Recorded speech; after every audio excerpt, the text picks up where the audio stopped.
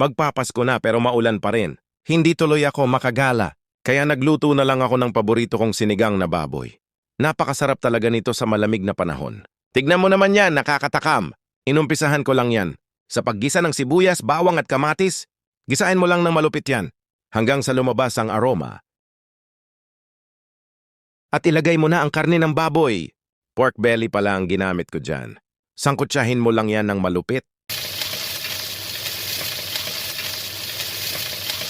At lagyan ng 1 teaspoon ng paminta, kaunting patis, at ilagay mo na din ang gabi.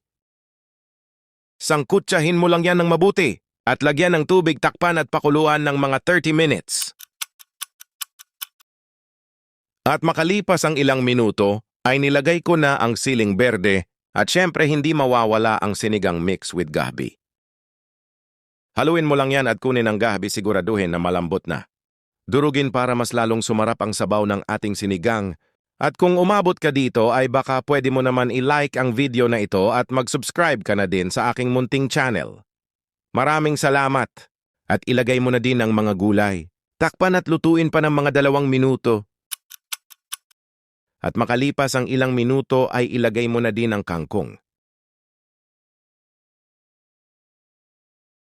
Takpan muli at lutuin pa ng mga ilang minuto. At makalipas ang ilang sandali ay pwedeng-pwede na yan. Tignan mo naman yan, napakasarap! At kung umabot ka dito ay baka pwede mong i-comment kung taga saan ka para naman malaman ko kung saan umabot ang video na ito. Maraming salamat kaibigan! Hanggang dito na lang, hanggang sa muli.